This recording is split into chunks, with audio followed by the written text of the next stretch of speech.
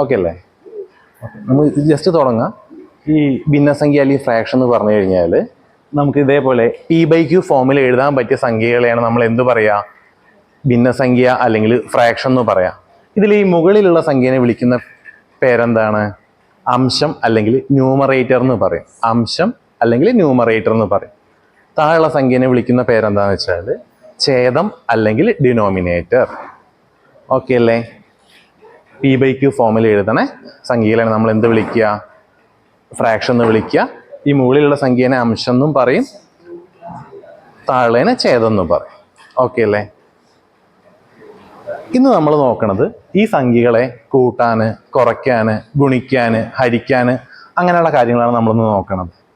ഇത് പഠിച്ചു കഴിഞ്ഞാൽ നിങ്ങളിപ്പോൾ ഓൾറെഡി പഠിച്ചു കഴിഞ്ഞിട്ടുള്ള സാധാരണ പലിശ, കൂട്ടുപലിശ, ശതമാനം അതേപോലെയുള്ള കണക്കുകളൊക്കെ ചെയ്യാൻ ഒന്നും കൂടി എളുപ്പമായിരിക്കും ഉണ്ടാവുക. അത് പഠിച്ച ടൈമിൽ ചിലപ്പോൾ നിങ്ങൾക്ക് അതിലുള്ള കണക്കുകളൊക്കെ ചെയ്യാൻ ബുദ്ധിമുട്ടുണ്ട് എന്നുണ്ടെങ്കിൽ ഈ ഒരു കാര്യങ്ങൾ ക്ലിയർ ആക്കി കഴിഞ്ഞാൽ അത് ചെയ്യാൻ എളുപ്പമായിരിക്കും. ഓക്കെ അല്ലേ? ഞാൻ ഫസ്റ്റ് ഇതിൽ ഭിന്നസംഖ്യ 3 തരം ഭിന്നസംഖ്യകളൊക്കെ ഉണ്ട്. അത് ഞാൻ കുറച്ച് കഴിഞ്ഞിട്ട് പറയാം. ആദ്യം നമുക്ക് അതിൽ ഏറ്റവും എളുപ്പമുള്ള ഇതിൻ്റെ ഗുണിക്കാനുള്ളത് ചെയ്ത് നോക്കാം, മൾട്ടിപ്ലൈ ചെയ്യാനുള്ളത് ചെയ്ത് നോക്കാം.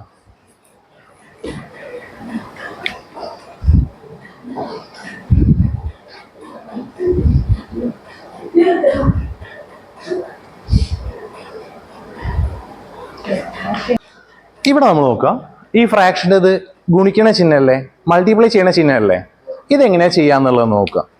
ആദ്യം എന്ത് ചെയ്യുക? ഈ 2 ന്യൂമറേറ്ററും തമ്മിൽ ഗുണിക്കുക. ഈ 2 എന്നുള്ള സംഖ്യയും 4 എന്നുള്ള സംഖ്യയും തമ്മിൽ ഗുണിക്കുക.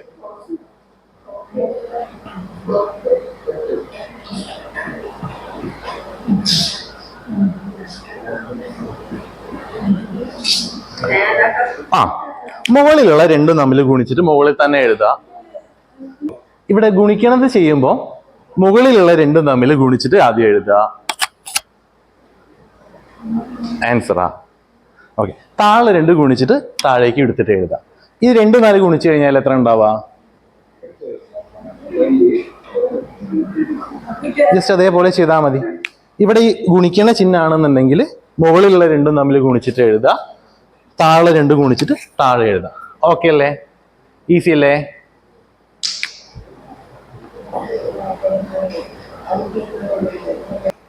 ഈ ഒരു ഡിവിഷന് ചിഹ്നത്തിന് പകരം എന്ത് ചെയ്യുക? നേരെ ഗുണിക്കണ ചിഹ്നം ഇടുക. എന്നിട്ട് ഈ 25/36 എന്നുള്ളത് എന്ത് ചെയ്യുക? നേരെ തല തിരിച്ച് എഴുതുക.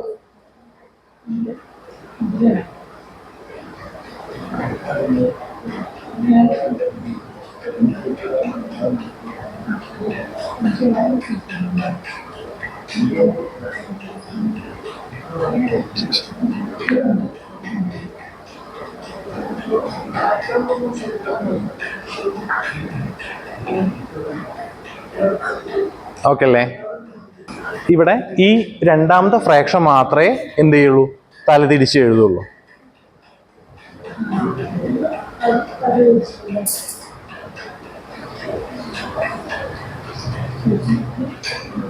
പറ്റും. ജസ്റ്റ് നമുക്ക് വെട്ടി ചെറുതാക്കാൻ അറിയോ? കട്ട് ചെയ്യാൻ അറിയില്ല? ക്രോസ് ജസ്റ്റ് ഇങ്ങനെ കട്ട് ചെയ്താൽ മതി. 5ൽ 5 എത്ര തവണ ഉണ്ടാവും? ഒരു വട്ടം അല്ലേ ഉള്ളത്? ഒരു വട്ടം എഴുതി വെക്കുക. 25ലോ 5 വട്ടം. 6ലോ 6 ഒരു വട്ടം അല്ലേ? 36ലോ 6 വട്ടം. അപ്പൊ അതിന്റെ ആൻസർ ബാക്കി എന്തേ ഉണ്ടാവുള്ളൂ?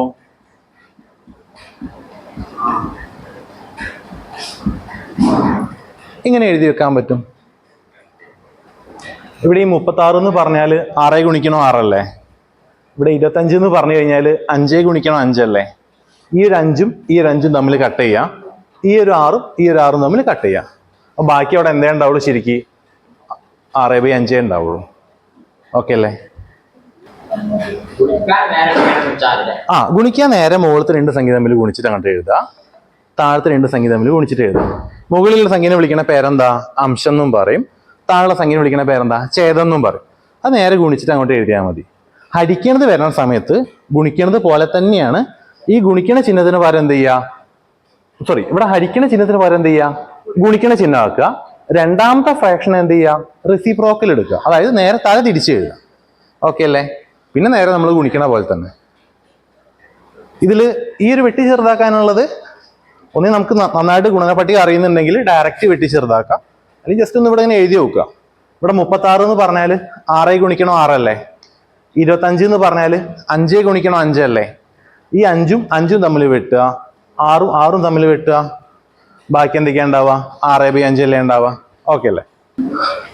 ഇവിടെയും 2, ഇവിടെയും 2 വരിക, 1 അല്ലേ വരിക ആൻസർ ആയിട്ട്? അത് ക്ലിയർ ആയോ? രണ്ടാമത് ചെയ്ത് നോക്കിയൊന്ന്. ആ ഇവിടെ വേണമെങ്കിൽ നമുക്ക് എന്ത് ചെയ്യാം, ഈ 0 0 എന്ത് ചെയ്യാം, കട്ട് ചെയ്ത് ഒഴിവാക്കാം. ഇനി ഈ 15ഉം 9ഉം കട്ട് ചെയ്യാൻ പറ്റൂലേ? അതൊക്കെ 3ന്റെ ഗുണനപ്പട്ടികയിലുള്ള സംഖ്യകളല്ലേ? ഈ 9ഉം 15ഉം 9ഉം 15ഉം പറ്റൂലേ? ഇവിടെ എത്ര ഉണ്ടാവും? 3 ഉണ്ടാവും. ഇവിടെ എത്ര ഉണ്ടാവും? 5 ഉണ്ടാവും. അപ്പൊ അതിന്റെ ആൻസർ എത്ര ഉണ്ടാവുക? 5/.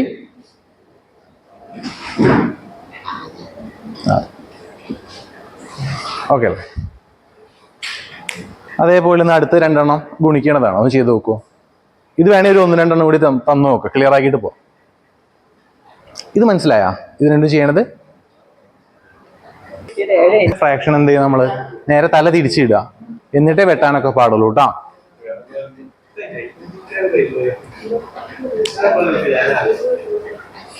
അടിക്കണ ചിഹ്നല്ലേ, പകരം കുടിക്കണ ചിഹ്നം ഇടുക. രണ്ടാമത്തെ ഫ്രാക്ഷൻ എന്ത് ചെയ്യുക, തല തിരിച്ചിടുക. അപ്പൊ നേരെ 16/28 ആയില്ലേ? ഓക്കെ. ഇനി എന്ത് ചെയ്യാ, ഇവിടെ എന്തെങ്കിലും കട്ട് ചെയ്യാൻ പറ്റിയില്ലേ? ഈ 4ൽ 4 എത്ര പ്രാവശ്യം പോവും? ഒരു വട്ടം. 28-ലാണെങ്കിലോ 7 വട്ടം പോവല്ലേ?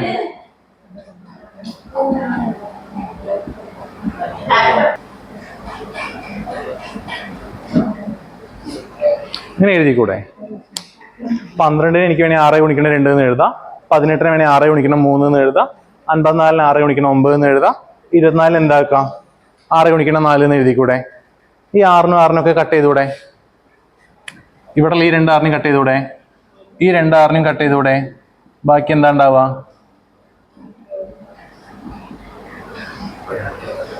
അതിലേ ഉണ്ടാവുള്ളൂ. അവിടെ ഇനിയും കട്ട് ചെയ്യാൻ പറ്റൂലേ? ഇവിടെ ഈ 2-നും 4-നും കട്ട് ചെയ്തൂടെ?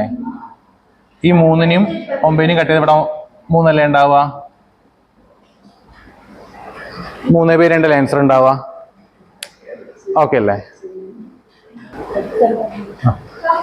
ഇപ്പൊ നമ്മൾ ഇതുവരെ നോക്കിയത് സംഖ്യകൾ തമ്മിൽ ഗുണിക്കണതും ഹരിക്കണതും അല്ലേ? അതെല്ലാവർക്കും ഓക്കെ അല്ലേ? ഹരണവും പഠിച്ചു. ഇനി അടുത്ത് നമ്മൾ എന്ത് ചെയ്യാ, സംഖ്യകൾ കൂട്ടാനുള്ളതാണ് നോക്കാൻ പോണം. ഇപ്പൊ നമ്മൾ പഠിച്ചു വെച്ചൊക്കെ അവിടെ നിന്നോട്ടോ, അതിനൊന്നും ഇങ്ങോട്ട് കൊണ്ടുവരണ്ട. ഓക്കെ അല്ലേ? ഇവിടെ ഡിനോമിനേറ്റർ നോക്കൂ, ഈ പ്രത്യേകത എന്താ? താഴെ രണ്ടും സെയിം അല്ലേ? താഴെ രണ്ടും സെയിം ആവണ ടൈമില് ഇവിടെ കൂട്ടണ ചിഹ്നം ആണെങ്കിൽ നമ്മൾ എന്ത് ചെയ്താൽ മതി? ഈ താഴെയുള്ളത് അതേപോലെ തന്നെ എഴുതിയാൽ മതി. അതിനൊന്നും ചെയ്യണ്ട. ജസ്റ്റ് മുകളിലുള്ള സംഖ്യകൾ തമ്മിൽ മാത്രം എന്ത് ചെയ്യാ, കൂട്ടിയാൽ മതി.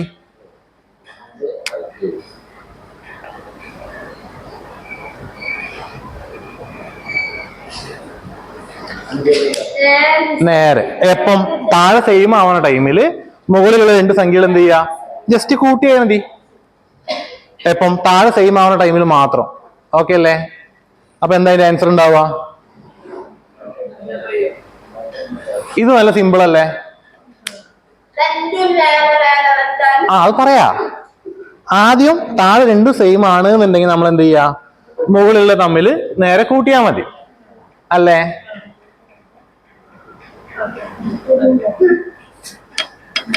ഇനി അടുത്തത് രണ്ടും വേറെ വേറെയാണ്. പക്ഷെ നമുക്ക് അറിയാം എന്ത്, താഴെ രണ്ടും സെയിം ആണെങ്കിൽ കൂട്ടിയാൽ മതി. താഴെ സെയിം ആക്കാൻ പറ്റുമോ?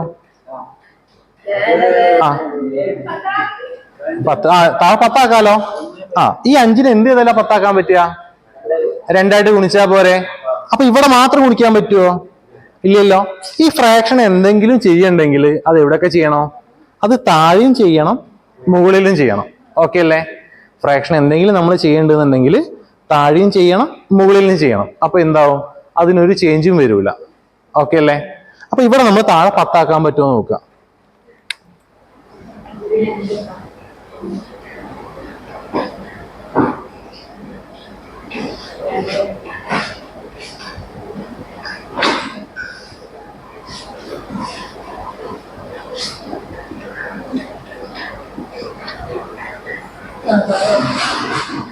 ചെയ്തൂടെ? ഇവിടെ താഴത്തെ 5 എന്ത് ചെയ്യാ? 10 ആക്കാൻ നോക്കുക. താഴെ മുകളിൽ എന്ത് ചെയ്താൽ മതി? നമ്മള് 2 ആയിട്ട് ഗുണിച്ചാൽ മതി. അപ്പൊ നമുക്ക് ഉത്തരം എന്ത് കിട്ടും? 4/10 കിട്ടൂലേ? 2 ഗുണിച്ചാൽ 4 അല്ലേ?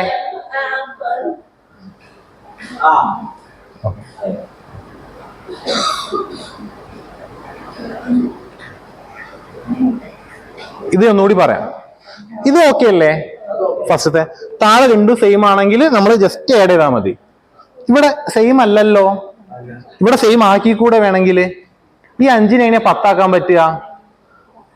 താഴെ മുകളിൽ നമ്മൾ 2 ആയിട്ട് ഗുണിച്ചാൽ പോരെ? അപ്പൊ 5 2 ഗുണിച്ചാൽ എത്രയായി? 10 ആയില്ലേ? 2 ഗുണിച്ചാൽ എത്രയായി?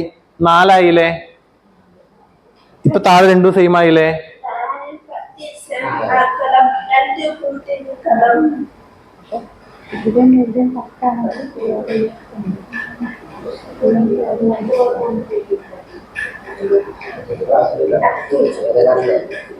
ഇത് രണ്ടൊന്ന് എഴുതി വെക്കുമ്പോ വേറെ ഈ ടൈപ്പ് വേറെ കണക്കുകൾ ചെയ്ത് നോക്കാം.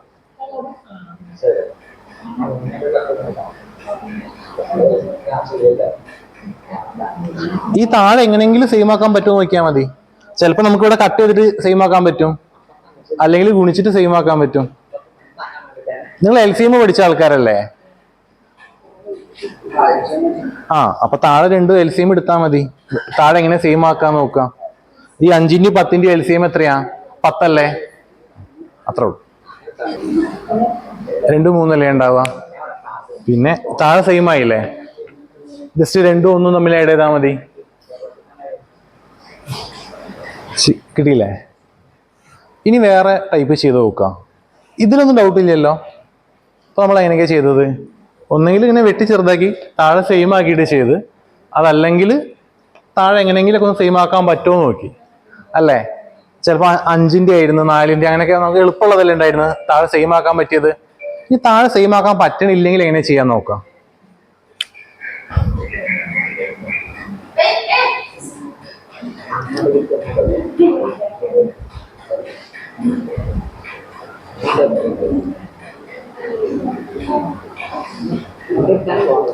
ഇതെന്താ ചെയ്യാൻ പറ്റുക? ഇത് ചെയ്യാൻ പറ്റുമോ നോക്കി നോക്ക്. താഴെ സെയിം ആണോ? അറിയില്ല. ഒന്നെങ്കിൽ താഴെ സെയിം ആക്കാൻ പറ്റുമോ നോക്കുക, അതല്ലെങ്കിൽ എന്ത് ചെയ്യുക, ക്രോസ് മൾട്ടിപ്ലൈ ചെയ്ത് പഠിച്ചിട്ടുണ്ടോ നിങ്ങൾ? ഇല്ലല്ലോ. ഓക്കെ. ഇത് താഴെ ആദ്യം താഴെ സെയിം ആക്കി നോക്കുക. ഇത് രണ്ടും കൂടി പോണ സംഖ്യ എന്താ? 3ന്റെയും 4ന്റെയും ഗുണപട്ടികയിലുള്ള സംഖ്യ ഏതാണ്? ഏറ്റവും ചെറിയ സംഖ്യ 12 അല്ലേ? ഇവിടെ എങ്ങനെ 12 ആക്കാൻ പറ്റുക? ഇവിടെ എങ്ങനെ 12 ആക്കാൻ പറ്റുക? ഈ 3നെ അപ്പൊ എന്ത് ചെയ്യാ? താഴെയും ഗുണിക്കുക, മുകളിലും ഗുണിക്കുക. ഈ 4നെ എങ്ങനെ 12 ആക്കാൻ പറ്റുക? 3 കൊണ്ട് ഗുണിച്ചാൽ മതി. ഓക്കെ അല്ലേ? അപ്പൊ എന്തൊക്കെ ഉണ്ടാവും? 4/12 ഉണ്ടാവും, 3/12 ഉണ്ടാവും. ഇനി ഡയറക്റ്റ് കൂട്ടിയാൽ പോരെ? 7/12 എന്നുള്ള ആൻസർ കിട്ടും. ഇതിന്റെ അടുത്ത മെത്തേഡ് പറയാനുള്ളതാണേ. ഇവിടെ ആദ്യം എന്ത് ചെയ്യാ? ഈ സംഖ്യ ഇല്ലേ, 1 എന്ന് പറഞ്ഞ സംഖ്യ, ഇതിന് ഓപ്പോസിറ്റുള്ള സംഖ്യയായിട്ട് ഗുണിക്കുക. അതവിടെ നോട്ടെ. 1 ഗുണിക്കണം 4 എന്ന് എഴുതി വെക്കുക. ഇവിടെ ഉള്ള ചിഹ്നം എന്താ? അത് എഴുതിയിടുക. ഇനി ഈ 1ഉം 3ഉം തമ്മിൽ എന്ത് ചെയ്യുക? ഗുണിക്കുക.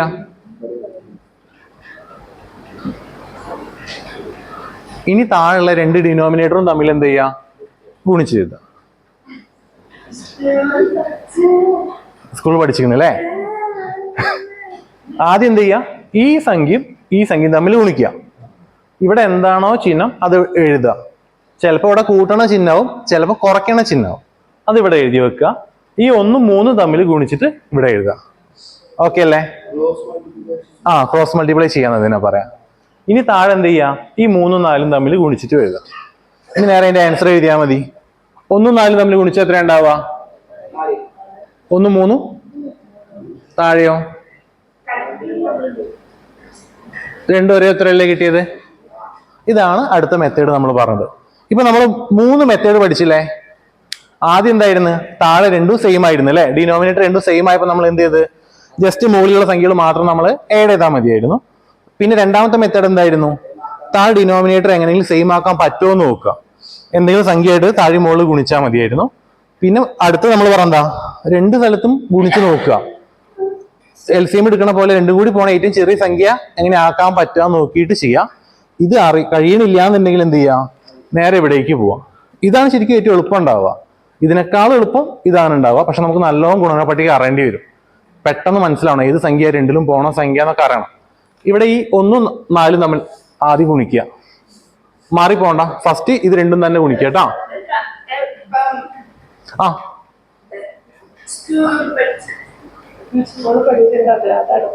അതെളുപ്പം അല്ല, അവർക്ക് ശരിക്കും ചെയ്യാൻ ഏറ്റവും എളുപ്പം ഏതാ വരിക? ഇതാണ്. അധികം ചെയ്യാനൊന്നും ഉണ്ടാവില്ല. ആദ്യം എന്തെങ്കിലും കട്ട് ചെയ്യാനുണ്ടോ നോക്കണേ. സംഖ്യ ചെറുതായിക്കോളും. ഇവിടെ 15 36 ഒക്കെ അല്ലേ? കട്ട് ചെയ്യാൻ പറ്റൂലേ?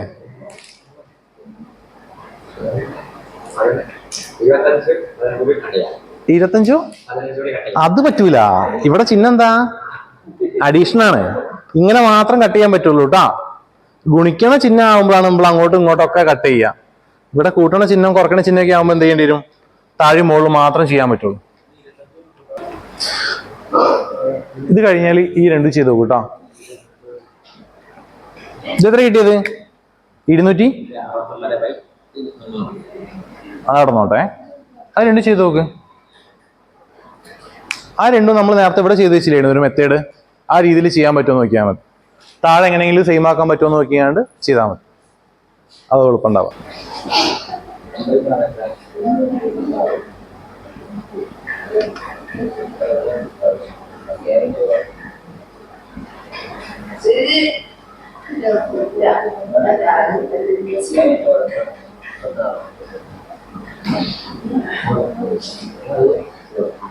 ഓക്കെ, കിട്ടിയില്ലേ?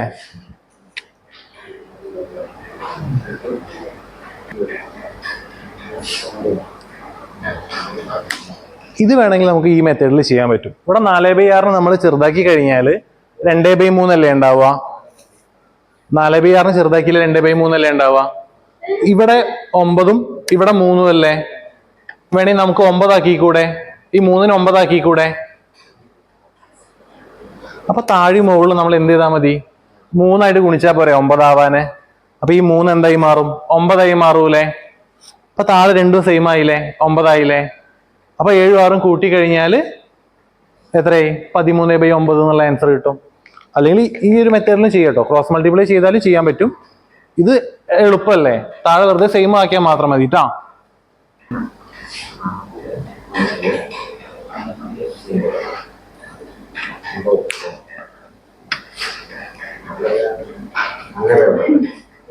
ഓക്കെ അല്ലേ?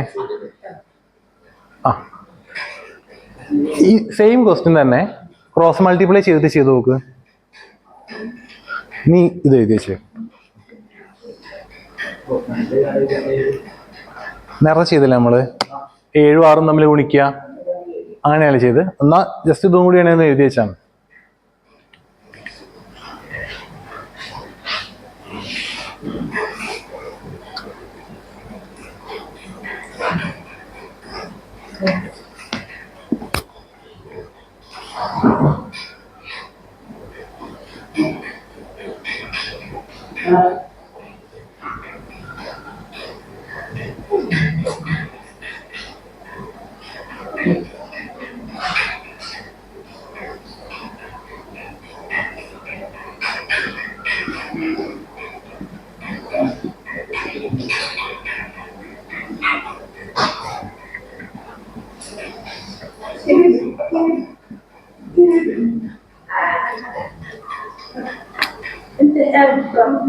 അതല്ല എളുപ്പം.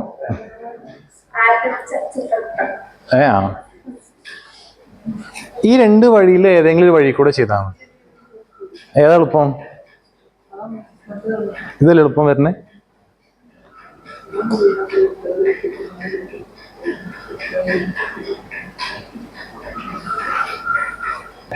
ശരി,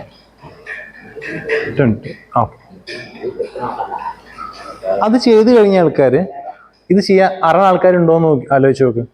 ഇതെങ്ങനെ ചെയ്യാൻ പറ്റാന്ന് എന്തെങ്കിലും വഴികളുണ്ടോന്ന് ആലോചിച്ച് നോക്കുക കേട്ടാ.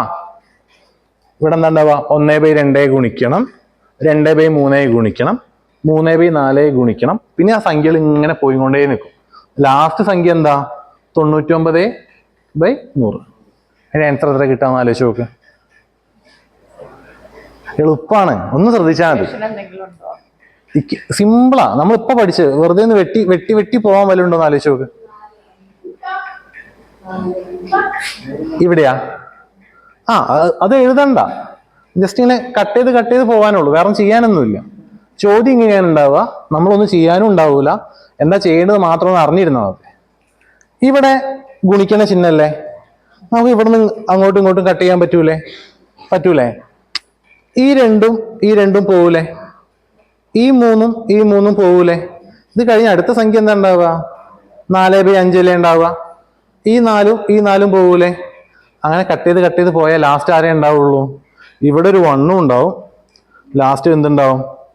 ഒരു 1/100 ഉണ്ടാവും. 99 ഉണ്ടാവില്ല. ഇതിന് തൊട്ട് മുന്നുള്ള സംഖ്യ എന്താ ഉണ്ടാവുക? ആ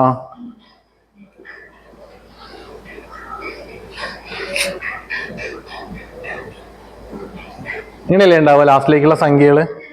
ഇവിടെ 97 ഉണ്ടാവുക, അത് കട്ട് ചെയ്ത് പോകും. 98 കട്ട് ചെയ്ത് പോകും. 99 കട്ട് ചെയ്ത് പോകും. ബാക്കി ആരേ ഉണ്ടാവുള്ളൂ? ഇവിടെ ഒരു 1 ഉണ്ടാവും, അവിടെ ഒരു 1/100 ഉണ്ടാവും. ഇൻറ്റു ചെയ്ത് എന്താ ഉണ്ടാവുക ആൻസർ? 1/100 അല്ല ആൻസർ ഉണ്ടാവുക. ഫ്രാക്ഷനിൽ ചിലപ്പം ഈ ഒരു ടൈപ്പ് ക്വസ്റ്റിനൊക്കെയാണ് ആദ്യം പരീക്ഷയ്ക്ക് ചോദിക്കല്. ഓക്കെ അല്ലേ? ആ ഇത് എളുപ്പമല്ലേ, എന്താ ചെയ്യാനുള്ളൂ? ഒന്നും ചെയ്യാനില്ല, ജസ്റ്റ് കട്ട് ചെയ്ത് പോവാനല്ലേ ഉള്ളൂ. അത് പറയാം, ആൻസർ പറയാം. ആ അത് എഴുതിയില്ല, എഴുതാൻ പോണോ?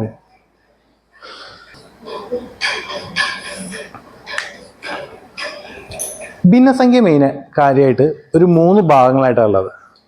അതിൽ ആദ്യത്തെ ഭാഗം എന്ന് പറഞ്ഞാൽ പ്രോപ്പർ ഫ്രാക്ഷൻ എന്നാണ്. അതായത് സാധാരണ ഭിന്നസംഖ്യ. സാധാരണ ഭിന്നസംഖ്യയിലുള്ള പ്രത്യേകത നോക്കി നോക്ക്. സംഖ്യയിൽ 1/2, 5/8, 10/25 അല്ലേ? ഇവിടെ എന്തെങ്കിലും പ്രത്യേകത കാണാൻ പറ്റണ്ടോ? ഇതിൽ എന്ത് പ്രത്യേകത കാണാൻ പറ്റണത്? ആ ഇവിടെ മുകളിലുള്ള സംഖ്യ എന്താണ്? ചെറുതാണ്, അതായത് അംശം ചെറുതാണ്. ഛേദമല്ലേ വലുത്? അങ്ങനെയുള്ള ഭിന്നസംഖ്യനെ വിളിക്കുന്ന പേരെന്താ? സാധാരണ ഭിന്നസംഖ്യ. ഓക്കെ അല്ലേ? ഇവിടെ നോക്കി നോക്ക്, ആരാ വലുത്? അംശം വലുതല്ലേ? മുകളിലുള്ളത് വലുതല്ലേ വരണത്? ഇവിടെയൊക്കെ വലുതല്ലേ വരണത്? ഡിനോമിനേറ്റർ ചെറുതല്ലേ വരണത്? അങ്ങനെ വിളിക്കുന്ന ഫ്രാക്ഷനെ വിളിക്കുന്ന പേരെന്താ പറയാ? ഇംപ്രോപ്പർ ഫ്രാക്ഷൻ, അല്ലെങ്കിൽ വിഷമ ഭിന്നസംഖ്യ, വിഷമ ഭിന്നം എന്ന് പറയും. ഇനി ഈ വിഷമ ഭിന്നസംഖ്യനെ നമുക്ക് മാറ്റി എഴുതാൻ പറ്റും. മാറ്റി എഴുതിക്കൂടെ? പറ്റുമോ? ഇപ്പൊ നമ്മൾ കടയിലൊക്കെ പോയിട്ട് സാധനം വാങ്ങൂലേ? എന്താ വാങ്ങുക? 1 കിലോ പഞ്ചസാര അല്ലെങ്കിൽ 10 കിലോ പഞ്ചസാര, അങ്ങനെ മാത്രമാണോ വാങ്ങുക? അതിൻ്റെ ഇടയിൽ വേറെയും തൂക്കങ്ങളില്ലേ? 1.5 കിലോ, 2.5 കിലോ, അങ്ങനെ നമ്മൾ വാങ്ങൂലേ? ആ അപ്പൊ അങ്ങനെ ഈ 1.5, 1.25, 2.25 അങ്ങനെ പറയൂലേ? അതിനെയാണ് നമ്മൾ എന്ത് പറയാ? മിക്സ്ഡ് ഫ്രാക്ഷൻ അല്ലെങ്കിൽ മിശ്ര ഭിന്നസംഖ്യ എന്ന് പറയാം. ഓക്കെ അല്ലേ? ഒരു സാധാരണ ഒരു സംഖ്യ ഉണ്ടാവും, അതിന്റെ കൂട്ടത്തിൽ ആരും കൂടി ഉണ്ടാവും? ഒരു ഭിന്നസംഖ്യയും കൂടി ഉണ്ടാവും. ഓക്കെ അല്ലേ? ഇനി ഇവിടെ ഇംപ്രോപ്പർ ഫ്രാക്ഷനിലുള്ള സംഖ്യനെയാണ് നമ്മൾ എന്തിലേക്ക് മാറ്റി എഴുതാൻ പറ്റുക? മിശ്ര ഭിന്നസംഖ്യയിലേക്ക് മാറ്റി എഴുതാൻ പറ്റുക. ഓക്കെ, അതിന്റെ എക്സാമ്പിൾ ഞാൻ എഴുതി കാണിച്ചു തരാം.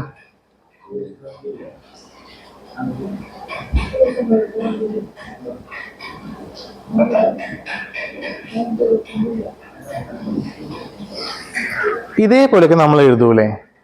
ഇതിനെയാണ് നമ്മൾ എന്തു പറയാ? മിക്സ്ഡ് ഫ്രാക്ഷൻ എന്ന് പറയാം. ഓക്കെ അല്ലേ?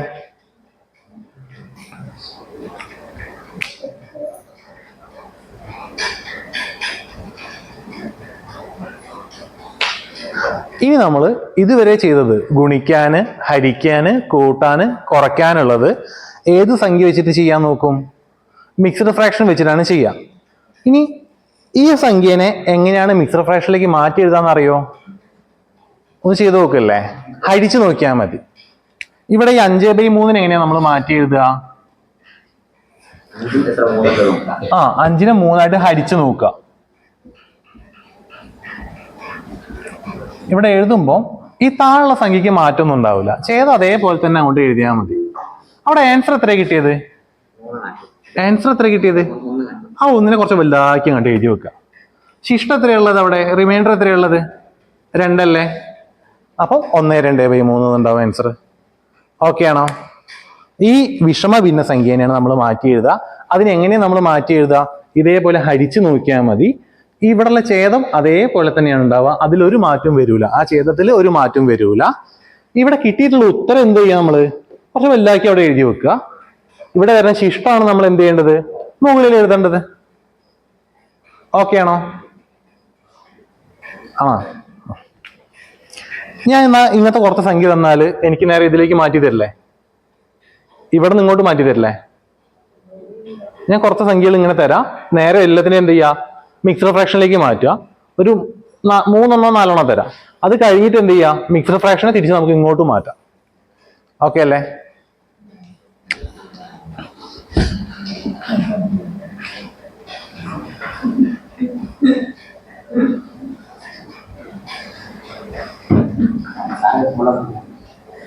ട്യൂഷൻ ക്ലാസ് 10ാം ക്ലാസ് വരുമോ?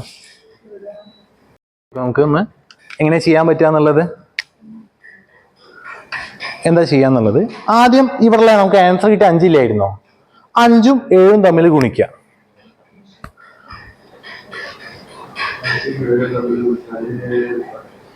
ഗുണിച്ചിട്ട് മുകളിലുള്ള എന്താണെന്ന് വെച്ചാൽ കൂട്ടിയാൽ മതി. ഓക്കെ അല്ലേ? താഴെ അതേപോലെ തന്നെ എഴുതി വെക്കുക, വേറെ ചേഞ്ച് ഒന്നും ഉണ്ടാവില്ല. അപ്പൊ അതിന്റെ ആൻസർ എന്താ ഉണ്ടാവുക?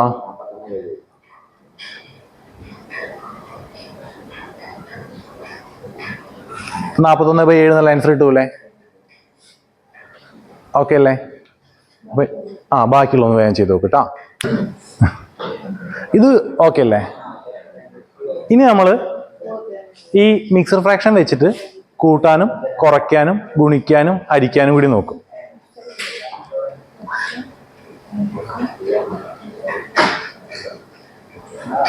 ചെയ്ത് നോക്കാം.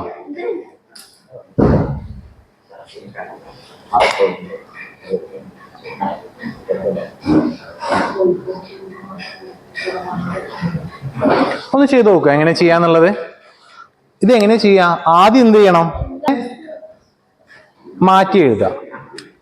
ഇതിനെയും മാറ്റി എഴുതുക, ഇതിനെയും മാറ്റി എഴുതുക. അതിനുശേഷം എന്ത് ചെയ്യുക? ഗുണിക്കുക. നമ്മൾ ഗുണിക്കാൻ പഠിച്ചതല്ലേ? ആദ്യം ഈ മിക്സർ ഫ്രാക്ഷനെ മാറ്റി എഴുതുക, ഇതിനെയും മാറ്റി എഴുതുക. ആ കിട്ടിയ ഉത്തരത്തിന് തമ്മിൽ എന്ത് ചെയ്യുക? ഗുണിച്ചാൽ മതി. ഒന്ന് വേഗം ചെയ്ത് നോക്ക്. ഇവിടെ ഇത് ചെയ്ത് നോക്ക്. ആദ്യം നോക്ക്, ഈ മിക്സർ ഫ്രാക്ഷൻ എന്ത് ചെയ്യുക? സാധാ ഇംപ്രോപ്പർ ഫ്രാക്ഷനിലേക്ക് മാറ്റുക. അതിനുശേഷം എന്ത് ചെയ്താൽ മതി? നമ്മൾ നേരത്തെ ചെയ്ത പോലെ ഗുണിച്ചാൽ മതി. അതാ ആ മോഡൽ ഒന്ന് ചെയ്ത് നോക്ക്. ഇത് ഇനി പറഞ്ഞു തരണോ? ആയിക്കോട്ടെ. ഇവിടെ 2 1/2 അല്ലേ? അതിന് മാറ്റി എഴുതി എന്താ ഉണ്ടാവുക? 2 2 ഗുണിക്കുക, 4 ആയില്ലേ? 4നോട് 1 കൂട്ടിയാൽ 5 ആയില്ലേ? 5/2 ആയില്ലേ? ഈ ഗുണിക്കണ ചിഹ്നം അതേപോലെ തന്നെ ഇട്ട് വെക്കുക. ഈ മിക്സഡ് ഫ്രാക്ഷന് മാറ്റുക. 3 1/4 മാറ്റി എഴുതി എന്താ ഉണ്ടാവുക? 3 4 ഗുണിച്ചാൽ 12 ഉണ്ടാവും. 1 കൂട്ടിയാൽ 13 ആയി. 13/4 ആയില്ലേ? ഇനി നമ്മൾ നേരത്തെ ചെയ്ത പോലെ തന്നെ 5ഉം 13ഉം തമ്മിൽ ഗുണിക്കുക. എത്ര ഉണ്ടാവും? 65 ഉണ്ടാവും. 2ഉം 4ഉം തമ്മിൽ ഗുണിക്കുക. എത്ര ഉണ്ടാവും ആൻസർ? 8 ഉണ്ടാവും. നേരെ നമ്മൾ ഇങ്ങനെയുള്ള ഒരു ഇംപ്രോപ്പർ ഫ്രാക്ഷൻ നേരെ മിക്സഡ് ഫ്രാക്ഷനിലേക്ക് മാറ്റിയില്ലായിരുന്നോ? അതേപോലെ മാറ്റിയാൽ മതി. ഓക്കെ അല്ലേ? നമ്മൾ ഈ ടോപ്പിക്ക് തുടങ്ങുമ്പോൾ പറഞ്ഞില്ലേ, ഇവിടുന്ന് ഇങ്ങോട്ട് മാറ്റി, ഇതൊന്ന് അങ്ങോട്ട് മാറ്റിയില്ലായിരുന്നോ? അത്രേ ഉള്ളൂ. ഇതൊന്ന് ഒറ്റയ്ക്ക് ചെയ്ത് നോക്ക്, ചെയ്യാൻ പറ്റുന്നുണ്ടോ?